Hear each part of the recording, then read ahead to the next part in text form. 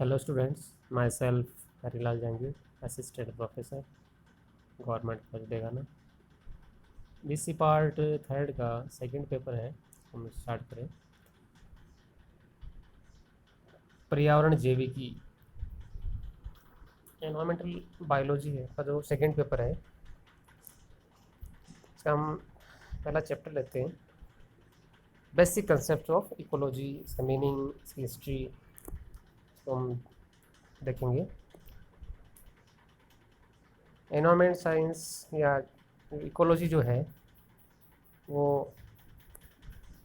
एक जीव विज्ञान की बहुत ही महत्वपूर्ण शाखा है और एक आधुनिक समय की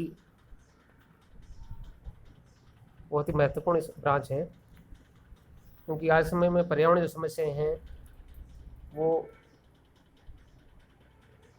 मुख्य समस्याओं में है। इकोलॉजी या पारिस्थितिकी, पारिकम से चारों तरफ, अराउंड, तो हमारे चारों तरफ जो भी वातावरण देखते हैं, सजीव और निर्जीव, उनके बीच का जो संबंधों का अध्ययन है। जीव जंतुओं, पेड़ पौधों और जो अजैविक कारक हैं जैसे मिट्टी, पानी, हवा, प्रकाश, इनके आपस के संबंधों का जो अध्ययन है उसको अपन पारिस्थितिकी या इकोलॉजी कहते हैं। तो जीवों एवं वातावरण के पारस्परिक संबंधों के अध्ययन को पारिस्थितिकी कहते हैं। पारिस्थितिकी में जीवधारियों और उनके आवासों के मध्य होने वाले पारस्परिक संबंधों का अध्ययन किया जाता है। बहुत ही गहनता से प्रत्येक पहलू को इसमें देखा जाता है। किस प्रकार से हम पर्यावरण को स्वच्छ बनाए रखते हुए विकास करें, वो पारिस्थितिकी मूल, जिसको हम कह सकते हैं मूल कंसेप्ट है या मूल अध्ययन बिंदु है। पारिस्थितिकी इकोलॉजी शब्द की उत्पत्ति ग्रीक भाषा के दो शब्द हैं, ओइकोस और लोगोस। ठीक है, ओइकोस, दूसरा लोगोस। ओइकोस का मतलब आवास स्थान या घर से है। जहाँ भी अपन ब्रांचेस पढ़ते हैं लॉजी आता है, लॉजी लोगोस स्टडी है, अध्ययन करना।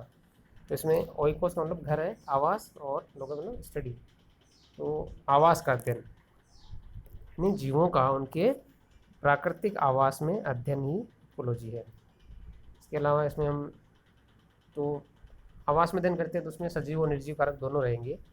इस शब्द का सर्वप्रथम प्रयोग किया था रीटर ने 1868 में किया था, परंतु इस शब्द का अर्थ जो है सबसे पहले 1866 में जर्मन वैज्ञानिक है जो ई हिकल, उन्होंने बताया था और इस शब्द को मान्यता प्राप्त हुई।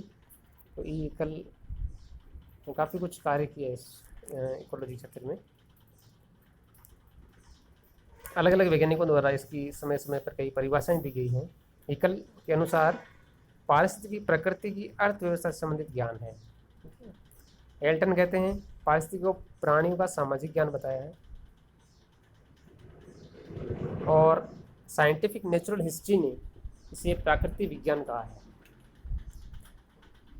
हक्सले ने इसे प्राकृतिक विज्ञान कहा है। और है देखो परिभाषा, बिलिंग्स के अनुसार पारिस्थितिक जीव प्राणियों की उनके वातावरण के साथ संबंधों के अध्ययन को पारिस्थितिकी कहते हैं। ओडम के अनुसार पारिस्थितिकी तंत्र की संरचना और कार्य के अध्ययन को पारिस्थितिकी कहते हैं। ओडम का भी बहुत योगदान है। ये कुछ मुख्य वैज्ञानिक हुए हैं जिन्होंने इकोलॉजी इकोसिस्टम के क्षेत्र में खूब कार्य किया है।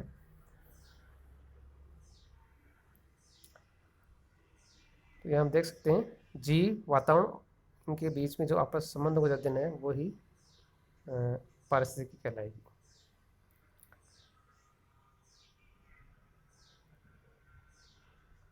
अब इसमें किन किन मूल कंसेप्ट का अपन अध्ययन करते हैं। सभी जीवों का भौगोलिक वितरण, वो भी हम इकोलॉजी में पढ़ते हैं, कहाँ कहाँ पर किस तरह के जीव जंतु, पेड़ पौधे पाए जाते हैं।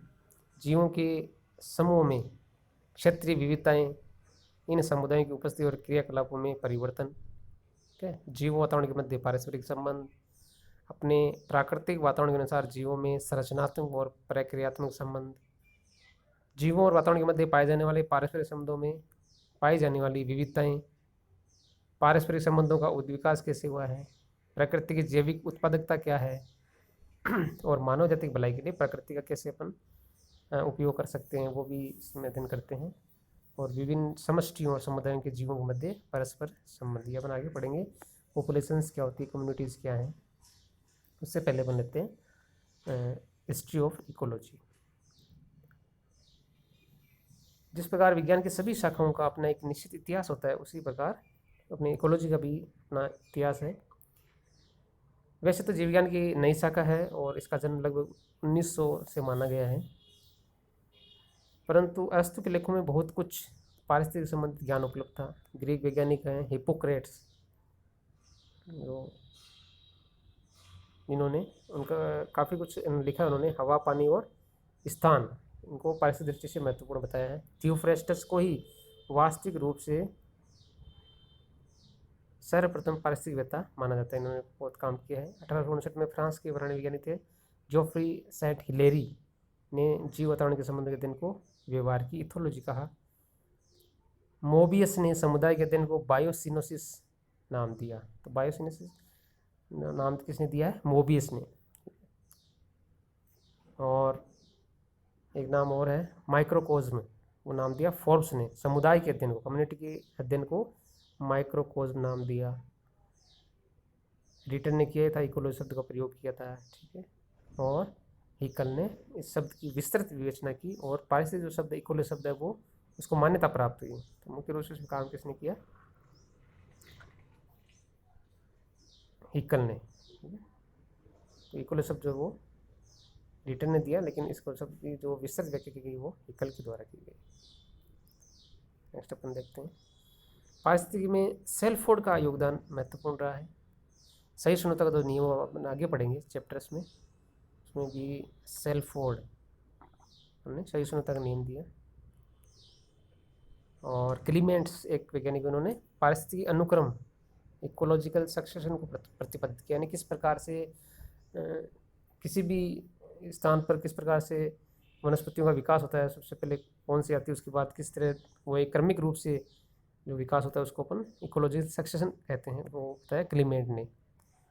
उन्होंने स्पष्ट किया किसी भी जैविक समुदाय का स्वरूप स्थिर नहीं रहता और भौगोलिक परिवर्तन के साथ धीरे धीरे परिवर्तित होता रहता है, ठीक है। यानी कोई भी, जानते वैसे ही प्रकृति परिवर्तनशील होती है, तो कोई भी क्षेत्र जो भी है वो जैविक समुदाय है वो कभी भी स्थिर नहीं रहेगा, उसमें चेंजेस आते रहते हैं, परिवर्तित होता रहता है। ब्रिटिश इकोलॉजिकल सोसाइटी नेशन 1913 में जर्नल ऑफ इकोलॉजी और 1932 में जर्नल ऑफ एनिमल इकोलॉजी का प्रकाशन प्रारंभ किया। ये जर्नल्स हैं जहाँ पर कई सारे आर्टिकल्स, रिसर्च पेपर जो इन जर्नल्स में प्रकाशित होते हैं, जो भी रिसर्च होती है वो। अमेरिका में 1915 में इकोलॉजिकल सोसाइटी ऑफ अमेरिका की स्थापना हुई। उसके बाद है टर्सन ने ऑटो इकोलॉजी और क्लीमेंट्स की सह पारिस्थितिक इकोलॉजी का विस्तार से अध्ययन किया। इन सब की अपन आगे के चैप्टर्स में इनको अपन डिटेल में पढ़ेंगे, डेफिनेशंस वगैरह, विश्व पारिस्थितिकी क्या है, सह पारिस्थितिकी क्या है, ठीक है। तो टेंसले ने दोनों शाखों में मिलाकर एक नई विचारधारा प्रस्तुत की, जिसे कंसेप्ट ऑफ इकोसिस्टम के नाम से जाना जाता है। यानी इकोसिस्टम जो कंसेप्ट ऑफ किसने दिया, टेंसले ने दिया, ठीक है। अमेरिका के ओडमबंधु ने फंडामेंटल्स ऑफ इकोलॉजी नामक पुस्तक प्रकाशित की। पिछले 3 दशकों में इस क्षेत्र में महत्वपूर्ण प्रगति हुई है और वर्तमान में पारिस्थितिक विज्ञान है, पारिस्थितिकी जो विज्ञान की बहुत ही महत्वपूर्ण शाखा उभर कर सामने आई है। तो इसका एक सामान्य परिचय और इतिहास था कि क्या क्या क्षेत्र में कार्य हुआ है। आगे के चैप्टर्स में हम इनके जो पारिस्थितिकी के जो मेन टाइप्स हैं और अन्य जो परिभाषाएं वगैरह वो अपन नेक्स्ट चैप्टर में पढ़ेंगे।